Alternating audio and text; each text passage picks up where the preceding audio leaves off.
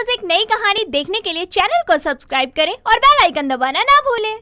शर्मीली और माधुरी रिश्ते में देवरानी जेठानी थी, लेकिन दोनों के स्वभाव में बहुत ही अंतर था।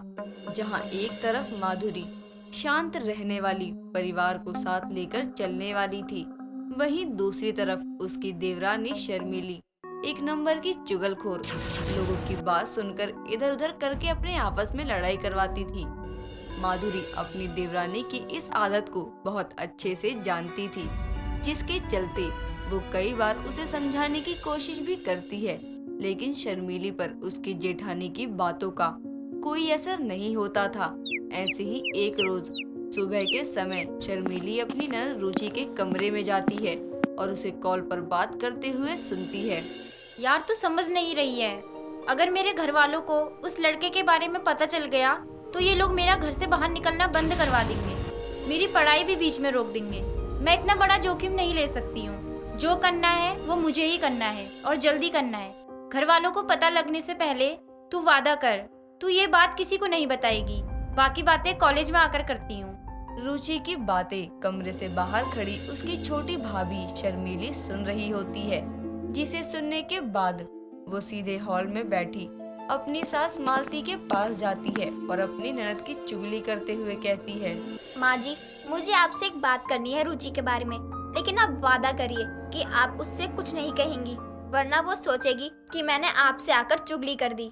ऐसी क्या बात है बहू, जो मुझे बोलने से पहले इतना सोचना पड़ रहा है? और रही बात उसे बताने की, तो मैं तुझसे वादा करती हूँ कि मैं उसे कुछ नहीं कहूँगी। अब बता, क्या बोलना है तुझे? माँ जी, मैं अभी थोड़ी देर पहले रुचि के कमरे में गई थी उन्हें नाश्ते के लिए बुलाने, और मैंने उन्हें अपनी सहेली से किसी लड़की के बारे में बात करते हुए सुना। मुझे लगता है माँ जी वो किसी लड़के के चक्कर में है। बहू, जुबान संभाल कर बात कर। तुझे शर्म नहीं आ रही है? अपनी सगी ननद के बारे में ऐसी बात करते हुए, वो ऐसा कुछ भी नहीं कर सकती है। तू मुझसे ही मेरी बेटी की चुगली कर रही है। माँ जी, मैं आपका गुस्सा समझ सकती हूँ, और मैं कोई चुगली नहीं कर रही हूँ, बल्कि जो अपने कानों से सुना है वही बता रही हूँ। शर्मीली और मालती की सारी बातें उनसे कुछ दूर खड़ी माधुरी सुन रही होती है, जिसे सुनने के बाद वो अपने मन में कहती है, ये देवरानी जी भी ना सुधरने वाली नहीं है। यहाँ लोग सुबह उठते ही अपने कामों में लगते हैं, और एक मेरी देवरानी जी है जो सुबह शाम चुगली करने में ही लगी रहती है किसी न किसी की। इतना सोचकर माधुरी उनके पास जाती है और उन्हें समझाते हुए अपनी सास मालती से कहती है, माँ जी, आप देवरानी जी की बातों पर इतना ध्यान मत दीजिए, वो जैसा बोल रही है ऐसा कुछ नहीं है। जेठानी जी, आपके कहने का मतलब है कि मैं माँ जी को झूठ बोल रही हूँ। आप ही बताइए, मुझे रुचि के बारे में गलत बोलकर क्या मिलेगा? कोई बात नहीं है, मैं अभी रुचि को बुलाकर पूछती हूँ कि वो कौन से लड़के के चक्कर में है। हम उसे कॉलेज पढ़ने के लिए भेज रहे हैं, लड़कों के चक्कर में पढ़ने के लिए? माँ जी, ऐसा कुछ नहीं है। शर्मीली जो बोल रही है वो आधी बात है, पूरी नहीं। वो क्या है ना माँ जी, कि रुचि की कोई सहेली के पीछे एक लड़का बहुत दिनों से पड़ा हुआ था। उसने उसे थोड़ा समझा दिया, जिसकी वजह से वो लड़का अब उसका पीछा करने लगा था। उसी को लेकर वो बात कर रही थी, बस, और कोई बात नहीं है। मुझे ये बात पहले से ही पता थी। अच्छा हुआ बहू, तूने मेरी गलतफहमी दूर कर दी, वरना मैं तो अपनी बेटी को गलत ही समझ बैठी थी।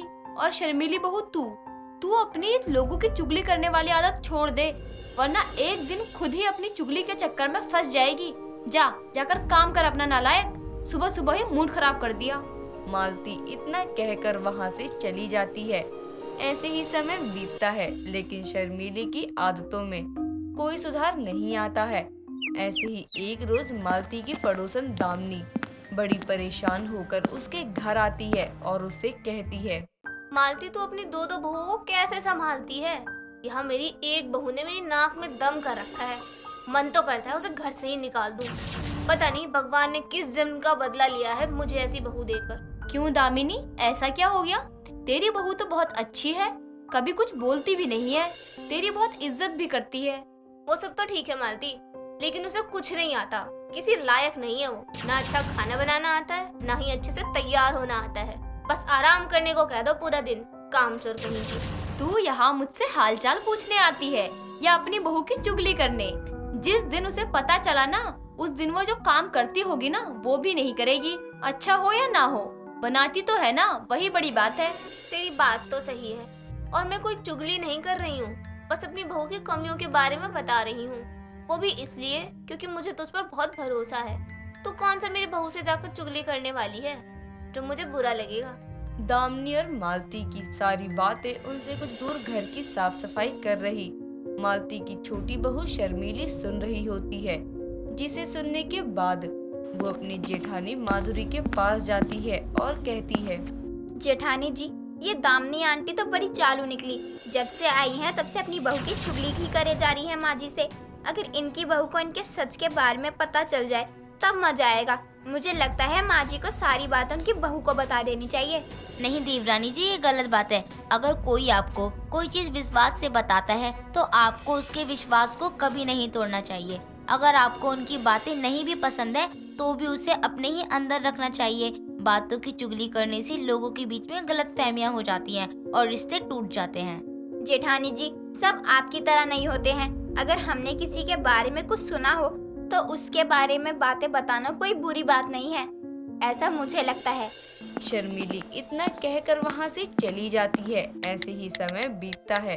तभी एक रोज दामिनी की बहू राधिका किसी काम से मालती के घर आती है, जिसे देखकर शर्मिला को दामिनी की बात याद आ जाती है और अपनी चुगली करने की आदत के चलते शर्मीली राधिका से उसकी सास की सारी चुगली कर देती है, जिसे सुनने के बाद वो घर जाकर अपनी सास को बहुत सुनाती है और घर छोड़कर मायके चली जाती है। जिसके बाद दामिनी रोते हुए मालती के घर आती है और उसे सारी बात बताते हुए कहती है, मालती, तेरी इस चुगलखोर बहू ने मेरे घर की सुख शांति खराब कर दी। उस दिन मैंने तुझसे जो कुछ कहा था, पता नहीं उसको कैसे पता चल गया। इसने सब मेरी बहू को बता दिया। मुझसे झगड़ा कर मायके चली गई। ये ठीक नहीं हुआ मालती, इतना बता रही हूँ मैं तुझसे। दामिनी इतना कहकर वहाँ से चली जाती है। जिसके बाद मालती छोटी बहू शर्मिला को बुलाती है और उसे उसकी चुगली करने की आदत के चलते बहुत सुनाती है। ऐसे ही समय बीतता है। तभी एक रोज शर्मिली का पति दीपक गुस्से में ऑफिस से घर आता है और उसे कहता है, अगर आज के बाद सूरज घर आए तो उसे घर से भगा देना। साला बिल्कुल भिखारी है। जब भी उससे पैसों की मदद मांगो हमेशा मना कर देता है या किसी और से लेकर देता है और उसके बाद तो वापस लेने के लिए नाक में दम कर देता है। लेकिन वो तो आपका बचपन का दोस्त है ना, आपका तो बहुत अच्छा दोस्त है ना वो। यही तो परेशानी है, कभी कभी लगता है इससे दोस्ती करके गलती कर दी। दीपक इतना कहकर चुप हो जाता है। ऐसे ही समय बीतता है। तभी एक रोज सूरज दीपक के जन्मदिन पर रात के 12 बजे केक लेकर उसके घर आता है। जिसके बाद सभी लोग मिलकर केक कट करके बर्थडे सेलिब्रेट करते हैं।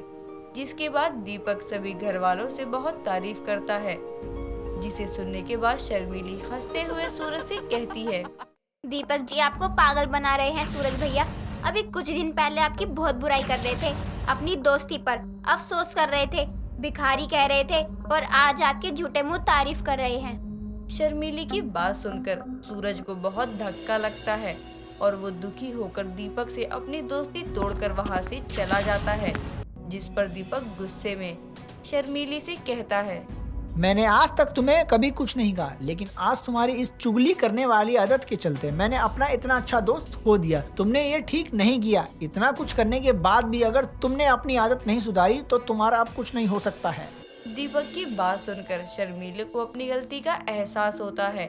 जिसके बाद वो अपने सभी घर वालों से अपनी गलती की माफी मांगती है। उनसे अपनी चुगली करने वाली आदत को सुधारने की कोशिश करने का वादा करती है।